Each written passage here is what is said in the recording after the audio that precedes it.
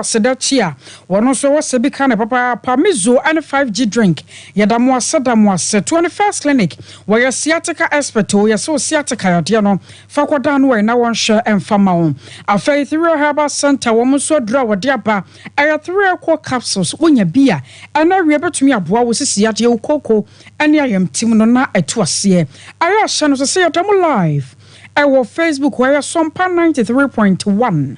YouTube no ayo Sompa TV. A face our pen somebody been working Kenya. I am our visa dana den na no bako www.sompaonline.com and something in other benya been working kind. Na kenka from bati and ka enefie awie ayeme. Akosia ejewa kwade boaten mene. Nana ya obo amalibia boga. Ensemni. Abuzan for yen sase mfam free eye katasehye dwum de kankan ne proye ho ensemo. Ben ansanie ene beye ake uba yesi wan hwe ya nipa bi no pese mampedi na nadodan kwaku for gina ne tumi a amamra constitution ni amamra ne nchiama no ede ama no so epam special prosecutor yewra kisi ajaben ogire dwuma ede efri ne nsebabusha for yete sansem no ene yadwense agya yebeche su ntem se kwabrane a woje nche opepo so na yafifi madidi mababa ma wiem akwakusi ase ne abusa se hwanom ene ye yodium a omopese mampedi na nadodan kwaku for do special kwasi Peter kisi ajaben we na die ne yafifi madidi mababa ma wiem a ene ye kwakote ne se pani a obedi na de Martin Ebi Kamidu ene watwokra ta ten ene akoto mampedi na nadodan kwaku for do animo a wosere mampedi se wonyina ne tumi a amamra constitution ne de ama no so no hwese kisi ajaben obei na die se special prosecutor ene yakwadu a wode bono no ebini se papa no enam ne peso akototo kai bia omo ede ye adwuma saka ne mra ne nhyesia na woso fa so no wanfa so eno echodi tumi hye ne nsam nipa binum a na nse se wochi wonum okochichi wo mu a omo efi se nipa na wo brawuo na okoso ampafe dia na chese na mwa ohu enhyeda mwa bia eno ntia ba seye no yene lawyer bafo awua ekokodi nkomo papa ye obi a eba ne Ghana amamra constitution ne amamra ne nchiama ho nkomodi a wabene mu pa ene ye kwakobusa ne se ne koba ne seya na mra na esese pa eno so emra ne de echiremu pefe se obi kokukura asem sa de ba mampani abroso na woche also obo achire edekoma chief justice so hwemu a bosomi mu na amra na mano so mfa hwenkratanum ono so hwemu ya also otebasum ku na asem no womo ebo achire ekowese nyina so ewo mu ana sa basum ku no so no omabroso na wotwemienu also omawi omadwuma na chief justice ehwe emakisi ajabe ye gina dwuma de free ne nsam nti we de eyetiawa lawyer bafo wanchemu a wode ema yeni she emrana ese obi the petition ekodan president is a petition wow you say sebi special prosecutor Jumebia Udi no sebi ho won kekaye biara isan enunti you say NSS office no otena ho bio no otro ade aye friend petition na odi akoma president na odi koma president and now so pepe any kwanse broso e was a president forward the petition of the koma chief justice se kodu chief justice wa also obosome baako eni se broso na o determine se petition na ye de ababeto nanimu no step bi ewunyina so eno na emremu ye kan se prima facie case eno ne say o she petition no a untie atoba akokora seblo so o she petition no a ya de asebi e wo se ososo so ana so atase inti o she petition na se wo ososo so a onu so o 14 days se o constitutive committee ebe shisha singing committee no a committee of 3 people e was baako eyeja na baako so aye lawyer na baako so ayobia owo experience in investigation na omatrase na omahwehwe singing se sebe e wo fapema na ne se make recommendations et sebe eto ye ma me shaloto say no pepe so it is a similar procedure e ye hwehwe ne se obi beba office ho na wabe adwuma sene se ne efata so ati afi na sebe and you say you be amana occupy office keke so atase Matiase now enti se sebi ukofu bi ba office so na dwumadi nso ania sebi ono na oba se obebre wuo afidi osompa fe na enti se of Oba so bebre wu no sompa fe na ma ni nim se osompa fe na chinchire china na yesi yema ne ntena office sa na yepe no si ensese sa na e wose ye den ye hye no we must build a country or a nation of principles and boundaries, any standards, principles, limitations, and yet it's a chire mind. So what I say, yes, sir, Sebi or minor, a better, and Remono, sa petition, we don't know. Sebi, young fan, one thing. Process is supposed to be an income here and petition. Sebi, you tell them. Okay. I was on 40 way a lawyer Bafwa wa and Yenina Kukudin Komunubia, Wabini ye pa, Banagani Mamra, Constitution Mamraning Chairman Yen Chirichim, near Ma Bemunte Citisimwa, Wabini ye pa, and your corning chair, not otre, and she say, ya. Ye Ramatina mi do anamuntu ya wotui eja emrane bedi diswa amakisi eja bensi be yin adio so betena honumu se bewi ebusiafo ye ni edi akire yade kan ya bo amane dada sa ma me Cecilia abnada pa ya wono na oya soafo ya wo hwe o magane ya hundie ho ensam so ane ne fie sikapuduo ya ne sum ho no nya senketo ya special prosecutor ade ne ho gi mu sa wo ya asem ne mu ahwehwemu na ene ya kasa Ghana for best wo ha ya wo mo ya mpanyimfo achichiru ne ne nchini pa ana wo mo de wo ho agimu a former auditor general Yera Daniel ya odomlevo wono so akabie ya kasa wo mo de krata kwa mamra hye fie ya won mo kire se yokokura po hwemu a wo mo ye arefa sa asem ne ho no atwetwe won ma so enti won benya ankrankra bi se won so beye hwemu dia fa se ne yoko won ma hyase eye won mo hwemu asifa no na ade a ababeto dwa se nipa won no wo boa na sempo ye yi no se won hwe o mayi so ya hori die so ya kwa hu sika pudu ante se na wo yokwa wo ye sika na sempo ne ma mu hwehwemu ye de ama wo se ye hwehwemu fafa ho na fa de wo de na wo kina nsam no kra ye hunu sane wo se bi ka asam no fa de na kyese wo ankasa kra no enuoma ebi etetawoto anam sa ya so nti no anaye ya kasai Yera Martin Pegu ya wono eka ekuo ani nipadom a wo mo de krata kwakoma ma hye fie no wono nsamtrofo akasa ya wo kyerese wo mo de omani abrepa se benya ankrankra bi a wo betumi aye nhwemu na yoko nso de wo mo ye no emra atumi akasa ho letter signed by every Kilson. He said Yoko was here to commence investigation. The Attorney General goes on TV and radio to say, oh, our investigations already conducted. So you see that the Attorney General is part of the problem. It's part of the conspiracy to free Madame Dapa unjustly. You say, so this and the way if you look at Madame Tiwai's profile, she's not willing to do this case. These are the reasons we are asking Parliament to come in. The last time they did a partisan probe, that's the Keloforiata matter. You know, I'm that person that I don't think the fact that the ultimate vote didn't go through, the fact that ultimately the vote of censure didn't go through, doesn't mean that Parliament did nothing. For me, at least the fact that the process was triggered, Oforiata had to go and answer. You saw the disgrace he suffered. You saw the shameful manner in which he had to admit that when we borrow the bonds, his company, Data Bank, makes money, etc. That's very shameful. It's out there on the internet. But you let Parliament look at it, let Mr. Speaker look at it, and let's see how far it goes. That's why I say always remember that Ghana is not coming to an end at the election. Hopefully, Ghana will continue to exist for, centuries to come. So it doesn't matter that by the time Parliament is done, we would have had elections. No, let the process go on. That's accountability. We want accountability. Even if they don't finish before December, it's not a problem. It's not a problem. You remember the IGP probe? The IGP probe, the leak tape. That is not finished, but we are still waiting for the outcome of the IGP probe. I was saying, no, or Martin Pegu. Yeah, twas na yedemo akwamanyo semu yedemo kwandi si amanyo ku na tena omode atodwa se ne se broni biba no was a pre ball no a born president Gufado the president na wodi no one for Mary yene ni enkoto abachina omo ndi si amanyuko ne cheso ma yoma hobo awie o omo aboa omo ho asie aya hoboa ntutu bia awie a ene yekase yekwa koto aba omo edi omo nkrofo nyina bekwa koginem na de abroso anu nsia yentunwie de na gese yebobɔ no na omo ene kro no owura Fifi Kweti ya oye twetwofo penedima NDC amanyuko no and the sansemi to Jamra no ne ensemtwefo butu mai kakra. We might be testing the waters with their rigging strategy by deliberately misrepresenting and miscalculating registration figures.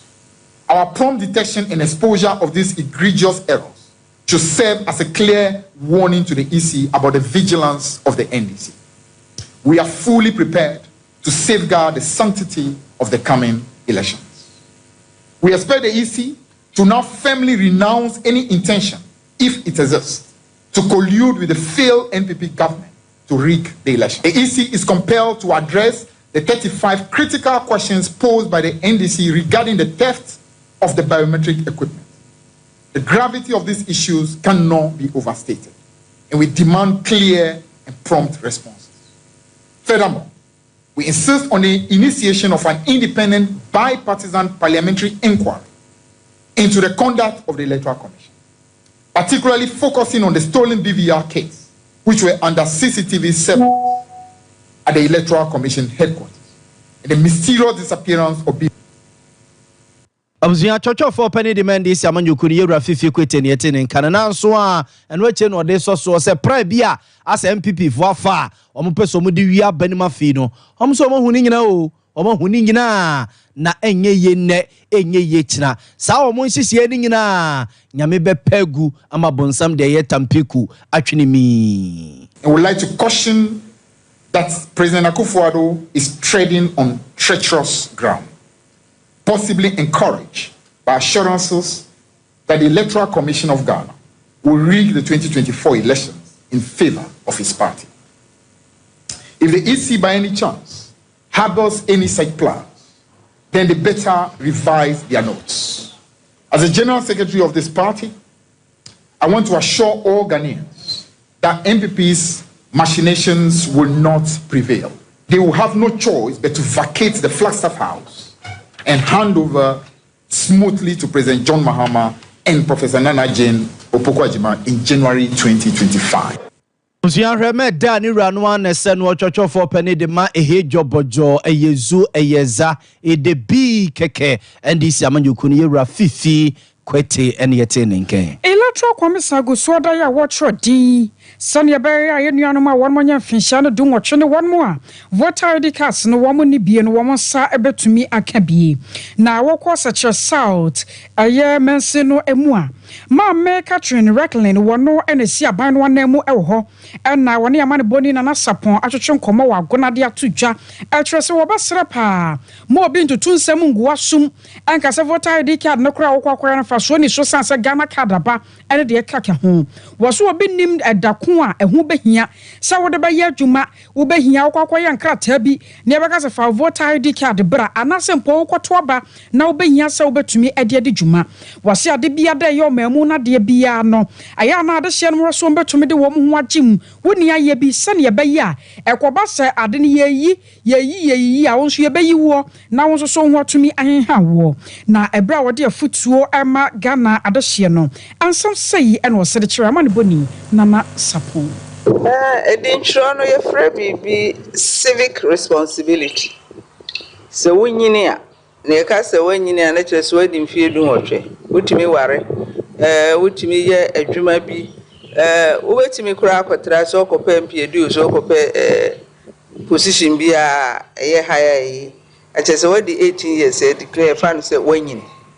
enti no wotimi ne mpanifo dwene na de ntia dintire no maka say yes civic responsibility ne say aban no oyeye programs projects puntu adwuma bibia yeye no mamu no nipa dodo no ayewo mu no ye de wo eka ho ena se woto aban na wo padwuma then wo ka society no wo mo ayanyini no ho enti se plan bibi for mpanimfo a wo so ka ho bi quite recently na ye a program before Emma young farmers. With the 18 years, you qualify. Na di ntwerɛ one kɔtwerɛ na wo one to aba. Yes, sɛ one to aba no a, obi bɛto ama. Na one twerɛ wo di a ntimi nto aba. Nti sɛ wo tena wo na ayɔ adwen sɛ na ma rekle ho ahinti e me kura me vote na me nkɔto aba. Enye ma rekle na wo yɛ no wa na wo yɛ ho. Because ebia me de me ho yɛ hi, bɛkɔ akumensa de wo mpɛ no kora. Ba wan to no wo ma yɛ to ama yɛ twero edin yɛ kɔto ama kɔ akumensa a wo mpɛ no. Enti definitely no wo choose wo ma nkrɔfo choose uso de obedi uso ama. I was away Mamma Catherine Recklin, one no, Simon Penina name was such a south, Mensino. Observe for young common so near new penny, Bernardine Trakwa and Kudi and Como, one a president at that vehicle and asset dealers union of Ghana. And we have to say, and Chinwasubiaba, a beach say, and as our cranium fra bruche, but now Okwakoye duty, a beach say, duty now Okokoyeno, Ghana Revenue Authority in pending for SSC, Ewa bruche sika dollars mo, and a dema war. Ghana Revenue Authority in pending for so just saying, yes, sir, almost a sing. Oh, Ghana sika mumum ena ede ema wo asam ne pa ne say yene openi Bernard intrakwa eni enkomo openi yamu ahamu akwabo yenya mejimeni se oho ye ewie me ho ye na asam no mo nchechire mu mo kra eniema yi na mo kwa duty ni ade mo kwa no kra say dollars mu a ene yesese ede ema mo yo penny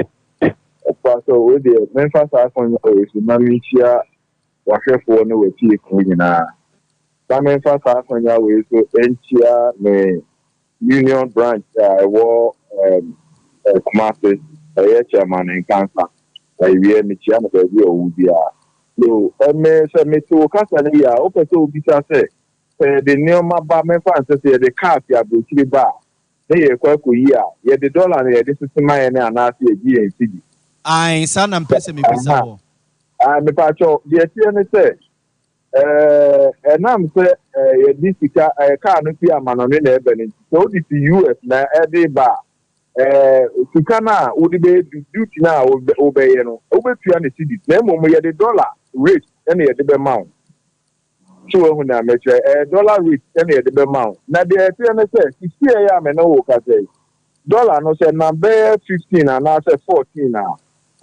Ghana Port and Harbour there no e wo form kakra every 2 weeks be almost review say bia say the my this week be 14.5 for no almost say next week Tuesday no e kosra na say ba from say kosra no almost move kakra but almost every time biano the omoji dollar na omoji du etikana ye de etua ye de tua duty no eno no omo de no wo form kakra chen dia wo black market say wo ko akwa sister na de akwa say de tie na yesa na omo de tie but no kure wo mu say dollar rate eno omo de back calculation no say na omo te na pepepe nemo mu say o kwa kotua akwa yi car no e de free eye habo ho no a no dollars na de be ma wo mu anase cedis bacho ena me chire mu se cedis na de be ma de mo ye be ma dollar rate no de omo na be calculation no omo de amount into cedis so na me chire no aha no kra so hwa enye nne ena sa de wi ho I wonder how enne ena mo ensentro for mati am bi sa ho asem wi so asem wi ya ka Emma, even the Aqua Committee, your friend is saying, former finance minister, I can't say, and a bayan pa, Sasikana, almost $1 rate, no, common Fambra City, and for my and now, so said, dollar na, almost the way calculations, and be a my end, yeah. And yes, be a Memphis, so almost pay, say, be a dollar, no, say, 14 cities, and I say, 12 cities, for the past 6 months, and I say, Abia, this one say, 6 months of Rampa. Nature said, they are for the Nimunano, na and Cosa, send a bay out to me a planet. It says, a banner say, almost changing every week, Diana. Say, may you do me, fun, say, may you to Toyota Corolla. this week and I said this month. That's a me in the best 15,000 and I said 20,000 now. That's a metal accra another car and another 1 month time. No, that's $1 no for anymore. Who send na ama car no duty so akosra can be me no first no. Nti e ma won to me plan so ye wa dey bia now ban was other between 20,000 I say we back na asan ko be 25 and I say 28. Na ma de bia car ne bo no kwa na e kosoro. No so ya kan wa se ma kan say nya ho kumasibre bia ne say ewie so ma premier mo bisa no ho asem. Anti na je say eno no na ka hu bia ma say ka boa ye denden de aye ntimi ntoyi won. So say dia adia amaka no bo aye den ne dollar na ho den no abu si bi ne so bebre no so o sha be 2022 sa dia SCNA ebisiye na dollar no ye sesa no me fan say 2022 January February March no mu nyina na dollar no ejina 5.8 5.7 kurekupe energy mika kiki ko do 16 di eka ebeto ye ne aye crackers no ne ade nyina so tu kwa ama no ne na onua bi ma obe 40,000 na 50,000 the papa ne ma fakọ o ba fa me dollar bre me a odema ono wu ne se 5.8 na fe o ba be ko acquisition sika na o be ko na 16 o be den what center sika na e de ka bebre na de bra ye adwuma so enti dollar na wu adeche ana se na ho ode abu si dit no bebre no e do de mo adwadifo kra ama adwadifo ya be mmobo they say adwuma bia bebre na adwuma bebre ubo say atutum pe store na atum pe car na atutum ama ahokyere bebre e na hapa adwadifo so na yesre amampani one ne vice say so ombetumi IBB afa ho ade amayen a ye nyina ye mewi ase ohawa ewi ase nyina akom eye covid ya e ba yi edin sunsun so bebre aba but it's all the same no so ohwa enipa bebre ne no omo covid mo so omo aye ntutu ya sa ntutu ye no ebua omo dwumadi a omo du ana na Ghana de ye ntumi ye na de bia ye de ye ho ato ze covid na ba yi ntina ama yesika sema aye pasa besinde so the ko achiri mpodi a now memfa na say o ko amana no ho akwa de na wakọ na achiri do memfa na say kodi bu a he ya o ye no omo hye bode ye no omo nyina na ko covid no eso se o hu mi say omo hye ya omo hye nti ama omo economy na start e pick ada na Ghana e fe de ye hawa na ye kom dollar na ye didi bia no ana say ukoto ade a eno na abetu sa ade akọ ana so uba bedu Ghana port na ma no na ye didi bebu ayi ne de ama no e fe eno momu no kwa na ekọ wukura sika say ya na obetumi de aye ekuma wo man no mana eyi yesra ban eno de onhwe so obetumi atu ho na mo na dollar no atumi agina ana say iritumi ade diga you open ye da se pa na we de mamusa okosan ba ku na yenya wo ne ko enti me korola bia ma yue nti me kase me beyi a wo sesema me a korola ya ba be ya 2012 ne 2013 ya ba be ya boys de damu wo sesema me a me yi ne be sei ne Toyota Corolla de sisia ya me no kase no se when yi Corolla when yi kura we tua be 60,000 hey 600 million 60,000 Ghana cedi. Now opening duty 7 na ye kano. Enya grow. Duty 7 na ye kano. Here ma menchiro. So who car na mo de ko bakuma se the VIP for car no. Ai. Omo friend no your friend say Kia Grand Bed no. Kia Grand Bed no. Eno na bakuma se pa eno an de kopaga wa tumu eni ye nkuro na ekwan ni ye nyina aka na eko se we hu aka ai mehu ene ya me no ka se so wunua bi di biba so de ba be che okura na se on jisika on ba be toka no no wa shipment no so koko yi a wan kwa wan yikura no enye 500,000 5 billion to scam na be yi aka ai na obi se me musa ai Saka so the buy so ba beton wa say na o beton wa ni yiye nko akwakodu sa so ehu eno na ama se ye port ho no mo kra no wo ko ho no mo a obi amfa adwuma bia emma bi obi amfa ka bia ma because enye adwuma bi o de ka ba ko ade beba no wo betu ahu sika saa wo de ba so sika ni o man no mu etumi gi fie mienu fie miensa na da so si ho Opani ewie nyame nhyira opa ne nchechiremu we ya odi amai no obi se memusa Elantra ne Highlander no mama wu no mu hwese no Elantra say Elantra 2013 so o pe bia ti so okura 130,000 1.3 billion 1.3 billion yes and now obe top and now Toyota Highlander now wo kano dia wo pe be say dia ye be 2022 year model this will between 6 to 670,000 and 680 to 700,000 7 billion and now 6 billion 680 billion and sana what to me and sakabi na some na make no mo de mo yen some trouble minim say osumpa ananya sa ai sompa osumpa ha mo fidie na kwa akiri pa na money nso kwa akiri ti mo fa money ni sem na make na achi na mo hwe say bia na sem na make na se meboa na mo fa mo no matie ko ni hu nkomo mate opani yeda se papa nyame nsira why yeah na you observe for na year president ma vehicle and asset dealers union of Ghana ni din e de opani Bernard intira kwantika ye da minchemi e da minche ya grace so dia to minchen fata me de binye base no base ndie so yetwa no fata me ye midemu a we no se no 7 billion kosia twa so ai twaso na minya nya de unya minya chira wa udie ya dio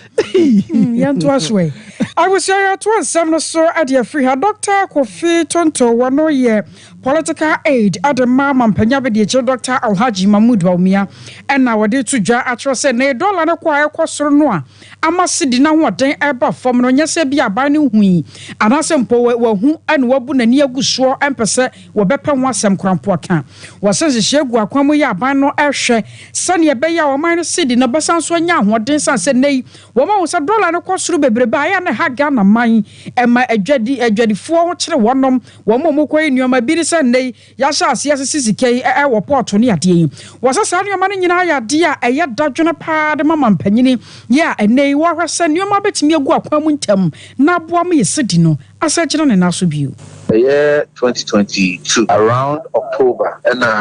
city no agents I think say first week of October na ye be say 10 cities and call ya kaya ko 16 cities and na me ya domo ya den hye egu akwan esa train ba na chia be almost 9 cities and they game here aside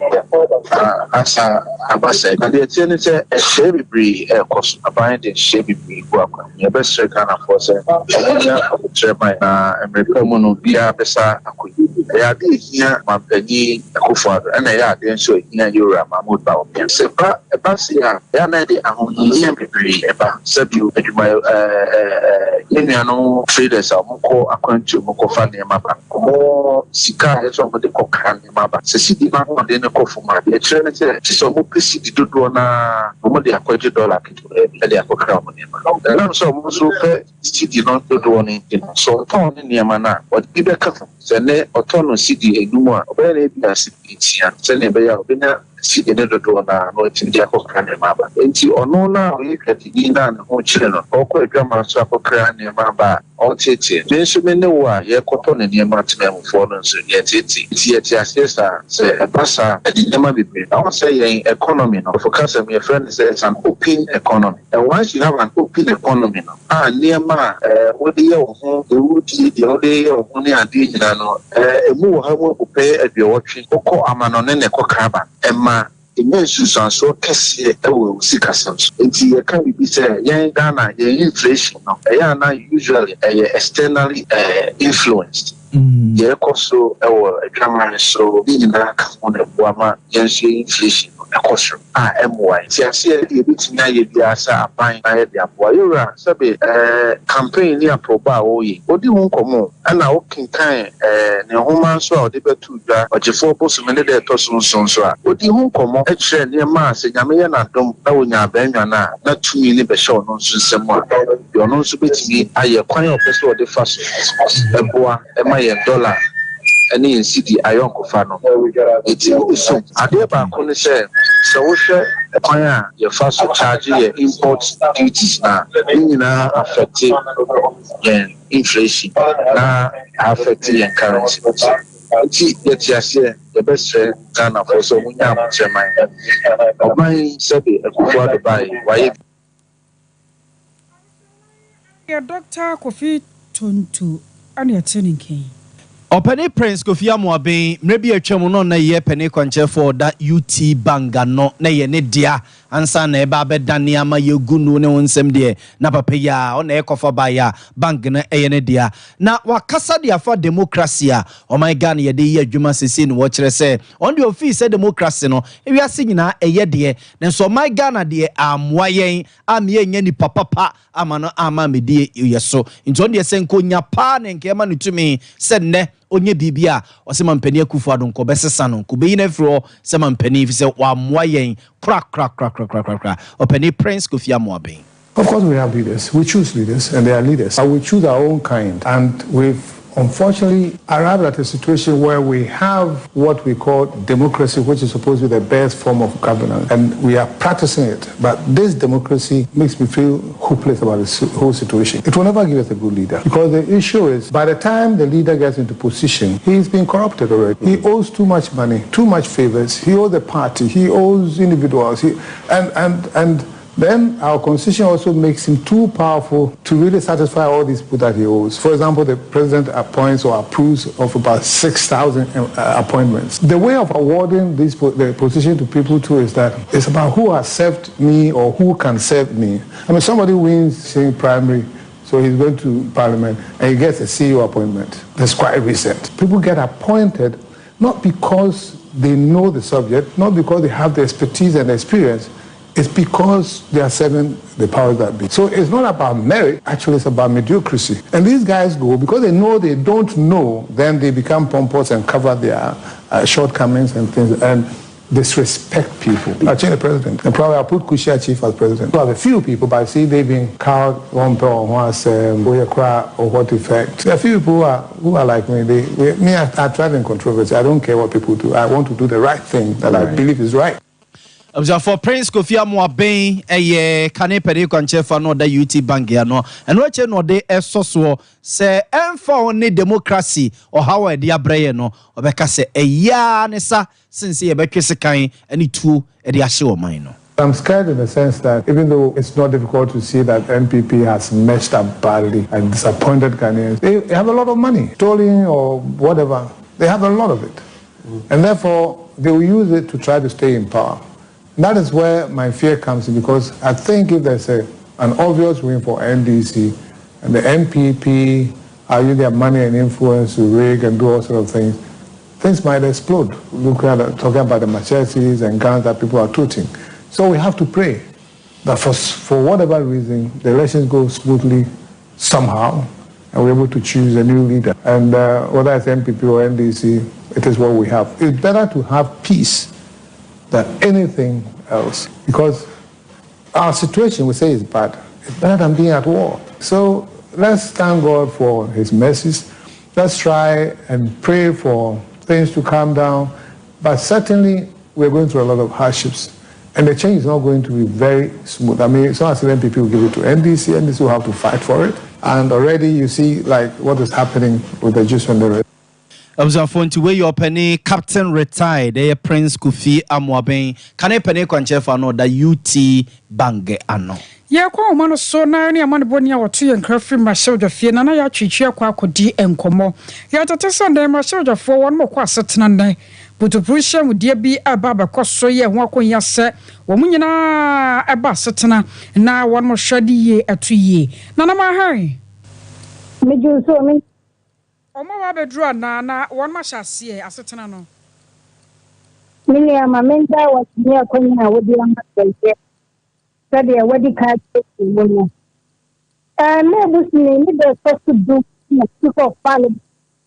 Or turn is after my table back to the woman that took my year next year. The son said, no, by Juma would go back on the Libya bar. And he has some table the phone to be in a way and winning. Now, first thing I have to tell you, then I said the fear. My favorite gun, the Kumani, the Omaba. At the Occasion, no matter the dear. Nanso me no kasai ebi biso e meeting akodu na ye se ofanse ebra madam leader Alexander Fenomarty obi the petition committee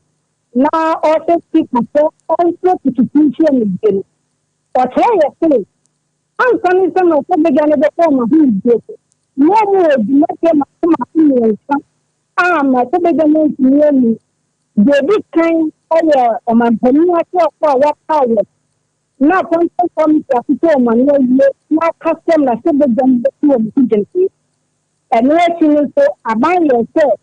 Then your bank can be moving somewhere and what a dear woman not share there differently. Your common on it after this between some $160 million.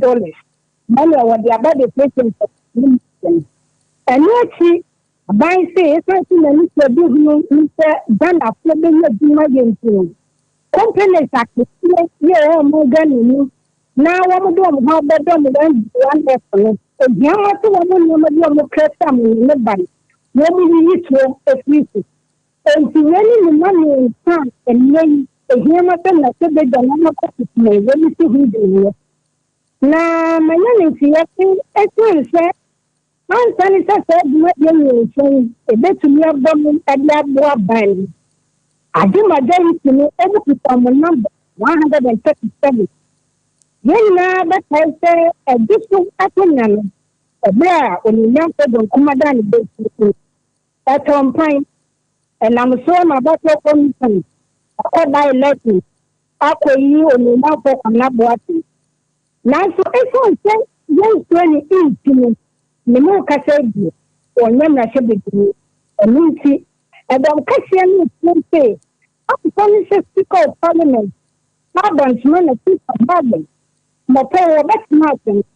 all share, Naya from not letting in, and so I do not be a while, or Martin here. Then so yet the people speak at it. It's only said, about somebody done it for not a gift by lesson and cut the mud and Titana and on the only to me the speaker. Internet chasing young football, lawyer from not watching, or money talk as no winter. Even though the next the four other people, McLean, Jumadla, and member, technically, but could not be cut as well. I can trace a remitter and then lawyer from not watching in Yamato style. I'm coming to a big time. This Speaker of Parliament has taken them. And you see, I'm coming to say that for next people, you work with a crack and to say that here, say and then let us not work with a big time and so the not be a bar and not dinner. I hear you. So, the okay, just speak our home boy. No, I say, well, you. And then I have one idea, Chelema, and here I say, I saw. Ne bobet mi atoni yam na waje ewura ya tumu a ana sempo anyene tumu abusua wei ayama ne boni na na ya twitwie na ya tene nka na bomode asawo de woni bekire mu ewo 21st clinic the sciatica expert na wakwakwo hwe wo sciatica yade no sane ho nsem kan ye asi atie abusua na yade no anche o na ade wuti na nanom ewo nsie to enti unya yarosabia wan moti apom mu gina mo na so ahwe yade ate se yi a na wo de wo abo wan mara se wo sciatica yade no won betumi eto ase ade ama wo won branches ne do so 15 branches be bia be ko bia no obenya no yie wo de frey 0540 311311 0540 311311 Dr. Abe Watano so apatapa new site wasi yade ba na ha wo hu fam hona fam ayo so kwada na wo je ba bia anye aya se so won konfo na firi wi ase sanse yade no abeso ye so no abusua okun a enkoda wo sika nyina esa wo se ko Dr. Benche no mo a wate yade ne sane yesetie bia nyame adom sunti abusua abasan so akobio tano so patapa new site wo be patapa junction 0243 345392 0243 345392 cloud internet internet papa womo badoma boawo ama wifi no abusua wombe ya ho nyoma nyina ho hyehye nyina bibia de ama ama atumi agina ne naso CCTV camera mba ba install bi de ama akronfo ba ofia ba hu fidi gadochi e wo fon so ama posifo ache wonom web hosting chese bibia ya fon internet ho de cloud internet na boawo ama won sa atumi aka top high 111 FM di hwanimu 0202 699 0202 699 Afei through Herbal Center. Aya through Cocoa capsules, Cocoa Masite Dro. Wasn't no be na ho ento Cocoa na. Anayam tim na ha was yade. Ababeja was show jo babia and yesisia no de. And one of the anamuo enti so sisi ho chima. Na washa no so so pet 3A core capsules na utumino no mo kwakwa na keba dan herba mistia ba epidank for 0546 107 107 0546 107 107 send your word and why no hia mizu and 5G so be no mo ano de na hode ewom atiapo ya wono no mo a eboa wo ye papa ma wo sipisita for 0246 270221 0246 270 221 ye jana we so ya ton kraye ba dia ka chire no ye de beto so 21st clinic yes sciatica expert sciatica no o nerves na wo to ase na fa wo siremu na fa wo nasia be si ase ho no se ho techema eno ene ye fa ne sciatica na etimi bubu o to ase ka wo se dwe wo sirem wo je wo ba bia enye na no na 21st clinic ba ye adwuma pa wo mu ye ntia baso bo ma je no Ghana ha ene amono ne enya asem ketewa Womuji international awards ahodo womuji local awards ahodo na anu nso na womu be the only sciatica research and treatment center in Africa bibrim ha no ebi ni baabi a gise 21st clinic nkoa womu de bibiduro ene besa o yare no masa de machine aka ho eya yare sabia yare bia wutimi de ko ne mama ade ba ko a wo magidi womu pa no eye sciatica ena stroke nso de kwa diabetes ne hypertension ne ade ne ade Ghana ha ba bia wo mo ho 0540 311 311 0540 311 311 na 21st clinic wo mo ye sciatica expert.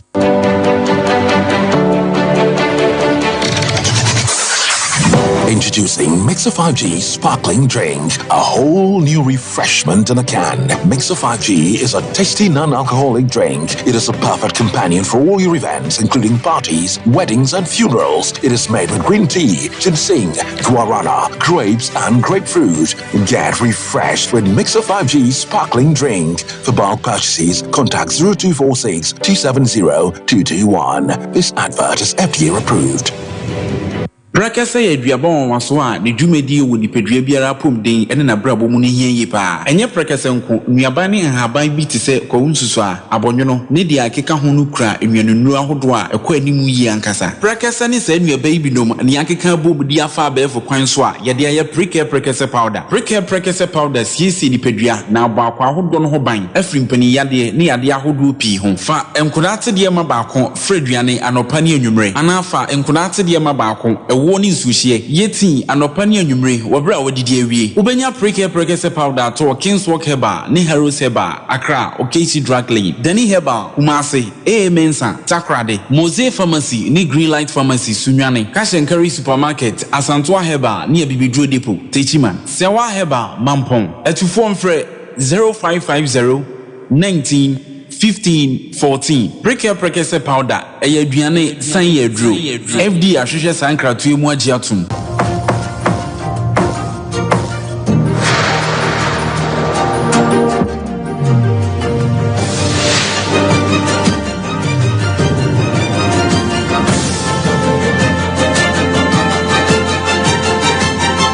Sompa TV Emma Aketiapa Abzianfo ya saso mama kwa babio aba Sompa television so yento akase no so mamoni yemfo monko kumase bro no a ye frɛ ne sɛ ɔde no ho kwada so enran su kase na etoye no abusua de yate ne sɛ nipa bɛbro hasa ene akyiri ena enei womo adan nsuo sɛ ampaso a na je sɛ ebuagua ne sa ema nipa pinu a eni etutu aka wo no nsam Sompa fam nsantwe fokopie ho no ma no pɛi na ɔmo nsam a ɔmo edito yenim kakra eni Koba ye ni say ensuo yi say as emuna wo emuna timi kura ma sokro port ano a mi kodi dwa wo akire ho chide mu ya ne say mframa na ebo ba saa na me say na mframa be na ebo ba ase wiase aye tum atwans wa ne ehunu ba bia chide mi be fiade mu hu ya ne say me baba ko dua na suo bone na abone tim na me be ni tribu moja ta afede ba kon so ba na dadoa bi da ho no so betia so ma dadoa na kanenam ti mlika na se nkofo be hia o mu twe dadoa ne free ye friend se emeye bibi ma ye ya mobo adoa ha bre se ebuo no bibi no wa be ya me na yi na dawo ma tasi tusu ba bi ni nua nua me gu efi ho no na geri be wura e da ba ko mu pie na me man obi da so me bi kura be sen street light no you happen me ba eti mi fifie ba ya ebeduru efie no me tuma ni afi kromo no abdongo an mo enchase gugu afi me tuma ni hwe efie eso apa se akohwe me dan a te se condemn kura kafra why kafra abzanfo ni atiri bia ode no kwada so Santase runabout no so hu Mamifa Christian Service University enkyere mo kwan no ene ba bia Maria Montessori School no no hono masem ene ye ken woni etete won mo fadodo no a o madan de aye enegu TV so na yo so junior high school so abusua ana ankoda de mia pa school no eso apepa ama ba bia won betena kura sua de no eno so ho asem akwakwa bibio ho assembly member ye won potam wo no munyafo kofi asamoa wona ya mane boni Ebeneza usu asa atwetwe nkomo wano pe be hwe se de situation ni sitie ebe bua nkwa no mo gi books no computers na usu na sel ni na go abon se be ye asa organize class bi ama GH3 for no mo twe moko no ebusua ye champion for ya report to this assembly ye twen se ebe organize carpenter for no mo betete chance ni bibia na se ye hunu kwan be fa so Anwachi no headmaster yo school ni mu anso ni amane boni Ebeneza usu ansa edi nkomo. Pacha eno akwa na me teachers 4 ewo ha ya make mokwa ya ye. Ti yo ha na adu esiye no kwasam na ani enye na school for ankasa de no muni. Pacha anu esiye me free assemblyman me free PT executives no na me sa free anano na payin so me free siso na no so ma ye president so aso ati. I was your way a headmaster ya wada your so junior high school no ano ye gina we so na awie nsem e baba no de baba som no ye de mosia ne asore ama Sompa nkoma baba so mato aso awie kuku na chinchin fide nde ma yen bosie buzi na keka ne mfoni e de si ani e de e ma yen ya Grace akosia somua ene mrante ne maba wa aka wo Sompa FM ne Sompa TV newsroom so ne boy chidom medinde nana ya abo amale bia boga awie mene akosia ajewa kwade aboaten